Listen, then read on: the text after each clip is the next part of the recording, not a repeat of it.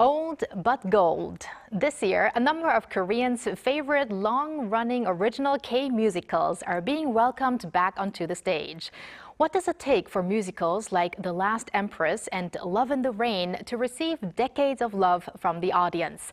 We'll answer that question and more with culture critic Professor Chie Hye-won at Kyung Hee University. Welcome, Professor Chie. Hello. Good afternoon. Good afternoon. So first off, Professor Chie, please introduce us to the long-running Korean musicals that have become big again these days. Right. Recently, the musical 베르테르 successfully completed its 25th anniversary performance starring 엄기준, 양효섭, and 전미도. This show is actually a Korean original musical created in 2000 and is one of those shows that has the truly secured the fan base, especially from among the younger generation. And moreover, the musical The Last Empress, 명성황후, is playing its third year anniversary performance. And another musical, Love in the Rain, 사랑은 비를 타고, is also about to celebrate its 30th anniversary later this month. So considering that there are not many musical theaters in South Korea that have a long lifespan, so shows like this that have been loved for more than 20 or 30 years, that can be said to be the special achievement in that they lead and expand the theater market in South Korea. So I mentioned in her introduction, The Last Empress. So let's talk a little bit more about that, which is, you know, a pioneer when it comes to original theatre productions here in Korea. What makes it so special and why has it stood the test of time, do you think? The Last Empress tells the story about the Empress Myeongsong, the wife of King Gojong, the 26th king of Joseon Dynasty. So it premiered in 1995, commemorate the 100-year anniversary of her assassination. So it is based on the famous novelist Lee Mun-yeol's play Fox Hunting, 여우 사냥, and composer Kim Hee-gap and lyricist Yang In-ja collaborated to present more than 50 songs. So The Last Empress was such a masterpiece to be produced as a large-scale work in the 1990s. So when the original musical are almost none in that period. So and to performed in it overseas as well. So in 2007, it was the first Korean original musical to surpass 1 million cumulative audiences, and in 2009, it achieved 1,000 performances. So, and during its 30-year anniversary performance, it has set a new milestone in Korean performance history by surpassing 2 million cumulative audiences. It is amazing. Right. We did talk about that milestone on our program as well because it is such a big achievement. And I think 명성황후 or The Last Empress is really a perfect example of showing art out into the global audience, which involves Korea's past and also historic elements. Right. And now let's move on to the musical Love in the Rain. This one is known to be a so-called star incubator because so many casts, so many members of the cast, it was kind of a career doorway for many of them. So who are some of the mentionable actors and also the recent actors in the latest production? Right, that's right. The Love in the Rain, 사랑은 비를 타고, is a show that humorously depicts the process of resolving family conflict performed by only 3 actors. So it's a relatively small show. So it is a work that conveys a pleasant but deep emotions, and because it is compact in its size, the production cost burden is relatively small. So it is one of the reasons that the producers, they sustained the show for a long time. So the original cast members of the show include the legendary musical actors 남경읍, 남경주, they are actually brothers, and 최정원, and other stars like 엄기준, 박건영, 오만석, 신성록, and 김무열 have played the roles in the show as well.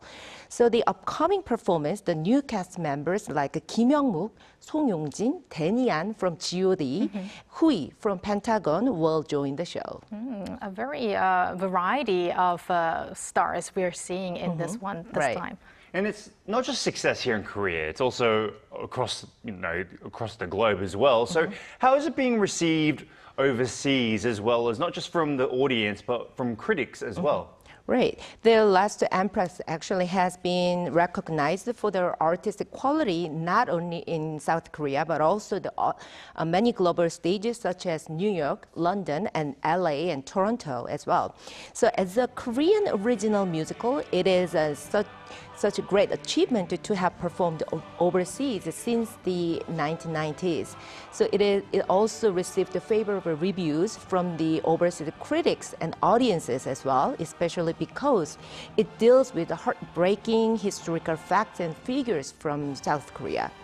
And in the case of Love in the Rain, it was the first Korean original musical to export the overseas licenses. So the famous Japanese theater company Toho performed the licensed production of the Love in the Rain in 2008, and it has been performed continuously in Japan. So it is amazing.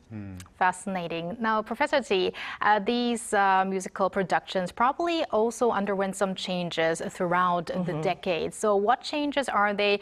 And also, how have each of the musicals grown into what they are today?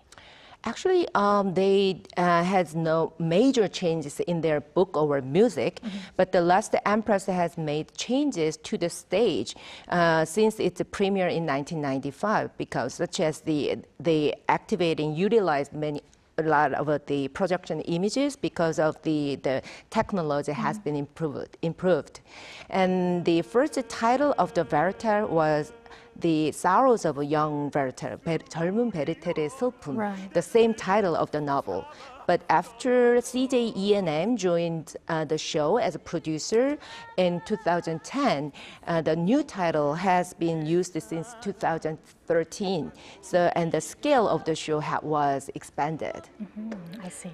And what impact have these long-running original musicals had on, let's say, the Korean performance culture? And what do you think they have contributed to the popularization here in, let's say, the musical theater?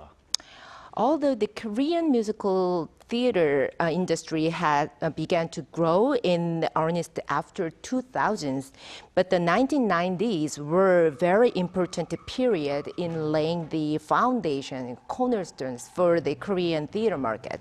So it is true that the Korean musical theater is even more dependent on the licensed production of foreign works, but than on original works.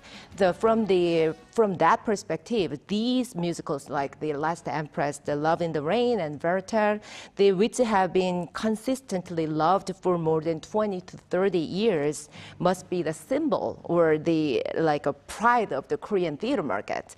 So these shows contributed greatly for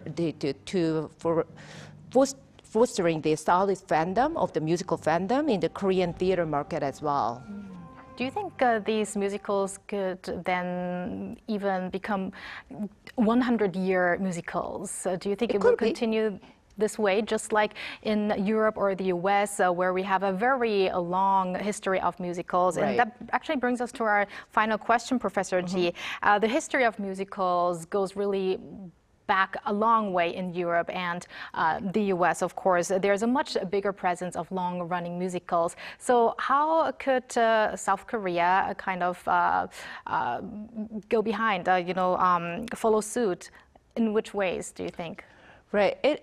Actually, it is difficult to simply compare the Korean theater industry with the markets in Broadway in New York or West End in London, because they are much larger market than Korea, and their main audiences are the tourists. So, but however, unlike movies, the success of the performance depends on its longevity. So it is important for the Korean musicals to secure universal themes and emotions and the power of storytelling in order to be performed for a long time in the global markets. So personally, I believe too much trendy materials or topics are less likely to sustain for a long time.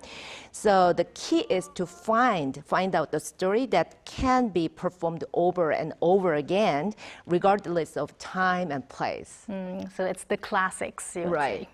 All right, thank you very much, Professor Chie, for your insights, and have a great start to the new week. Thank you, Professor. Thank you very much. And thank you, Walter, as always. We're going to see you back here, right here tomorrow. Yes, I'll be here tomorrow.